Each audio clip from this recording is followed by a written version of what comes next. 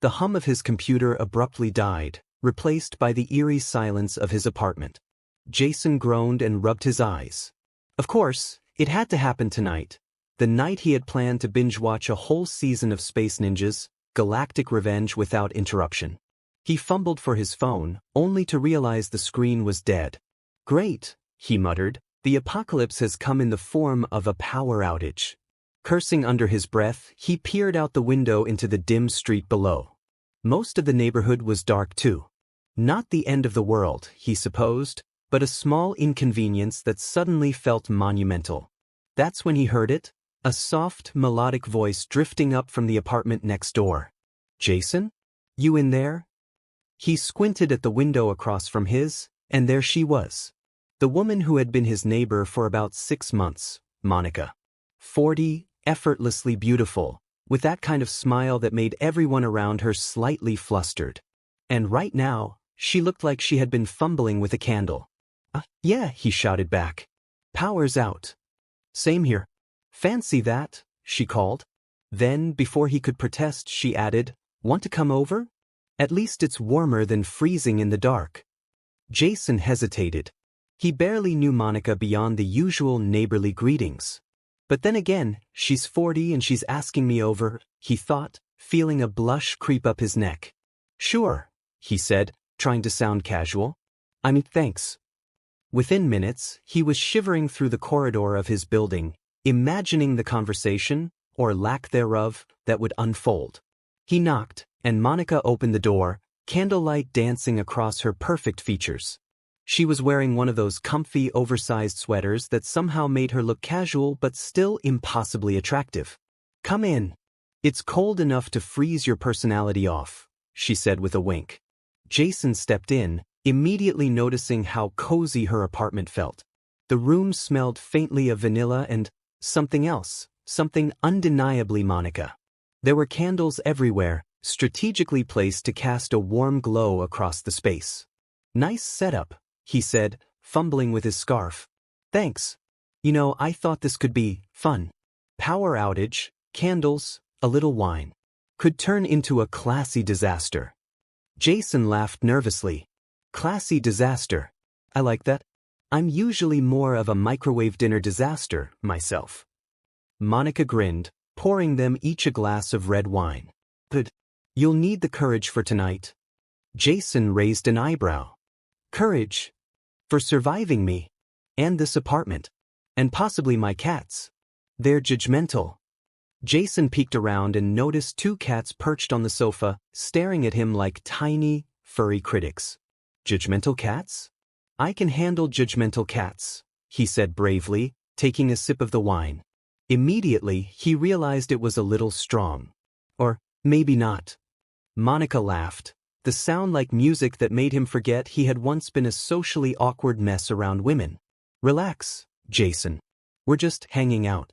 Power's out. No reason to panic. They sat cross-legged on the floor, the candles flickering around them. And then, as if the universe had read Jason's mind, the lights flickered briefly and died again, leaving only the warm candle glow. So, Monica said, leaning back against the sofa, tell me, what's your most embarrassing power outage story? Jason blinked. He didn't have one. Not really. Well, I once tried to cook spaghetti in a dark kitchen and almost set off the fire alarm. Monica laughed, leaning a little closer. Almost, or did? Almost. I saved the pasta, but my dignity, not so much. Sounds heroic, she said, her eyes sparkling in the candlelight. Jason felt a strange flutter in his stomach. Then Monica tilted her head, as if a thought had struck her. Power outages are kind of magical. Makes people honest. Jason swallowed. Honest? Yeah. Like, you reveal who you really are when the world goes dark. She smiled mysteriously. For instance, I could tell right now that you secretly have a ridiculous obsession with romantic comedies. Jason laughed, choking a little on the wine. That's actually true. But don't tell anyone. It's embarrassing. I won't, she said conspiratorially. But the cats might judge you. The next few hours passed in a blur of laughter, awkward confessions, and Jason realizing that Monica was even funnier than he'd imagined. She told stories of her disastrous online dating experiences, her attempts at baking that always ended in flames, sometimes literally, and her ongoing battle with the neighborly squirrels that seemed intent on invading her balcony. Jason, in turn, shared his own collection of personal mishaps. A Zoom meeting he had accidentally left on mute for an hour, a treadmill incident that ended with him in a laundry basket, and the time he'd been mistaken for a mannequin at a department store display. Monica laughed at everything. No fake politeness, no forced smiles. Just pure, unadulterated laughter that seemed to fill the room. At some point, they discovered a board game in her cabinet, Monopoly, Cat Edition, and decided to play. The candlelight made the colorful board look surreal, like some kind of romantic painting. Jason lost spectacularly. Every property he bought seemed to be doomed to disaster. Meanwhile, Monica laughed at his misfortune, her eyes twinkling. "See? This is why I said you needed courage," she teased. "I can be merciless." Jason grinned. "I'm starting to think the power outage was a conspiracy. A plot to make me fall for you." Monica tilted her head, considering this. Maybe it was. Could be part of the neighborhood's secret plan. Or just fate. Either way, I don't mind.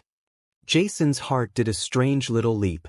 He wasn't sure if it was the wine, the dim candlelight, or the sheer ridiculousness of the night, but he felt like he could spend forever in that room, laughing and fumbling and just being around her. And then, of course, came the inevitable moment. The candlelight flickered over Monica's face in just the right way, highlighting the curve of her cheek, the warmth of her smile, and something in Jason's chest screamed, "Now or never." "Monica?" he stammered, suddenly painfully aware of how close they were sitting. "Yes," she said softly, her eyes locking onto his. Jason swallowed hard, feeling his face heat up. "I might really like you. Like, more than a neighborly sort of like. Like I want to steal all your cookies and maybe your heart." Monica blinked, then laughed, a soft, delighted laugh that made Jason's knees weak. "Steal my cookies and my heart? That's ambitious."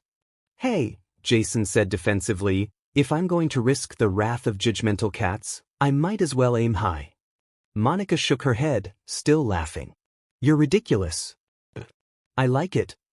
And then, in the middle of the candlelit living room, Jason and Monica shared a laugh that turned into a moment that neither of them could quite define. It was awkward, sweet, funny, and electric all at once. By the time the power came back on, flicker, buzz, and the bright hum of fluorescent light, the spell was broken, but the connection was not. Jason found himself wishing it had stayed dark a little longer. Monica looked at him, her smile just a little mischievous.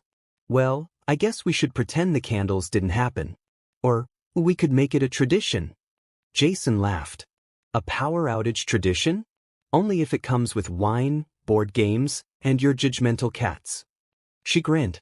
"Deal. But next time, you're definitely buying the snacks." Jason left her apartment that night with a smile he couldn't shake. Maybe the universe wasn't cruel after all. Maybe, just maybe, it was sneaky, mischievous, and a little romantic. And as he lay in bed, listening to the soft hum of electricity and the occasional judgmental meow from Monica's cats, he realized something. Sometimes, the best love stories start with a blackout, a bottle of wine, and a ridiculously funny, incredibly alluring older neighbor.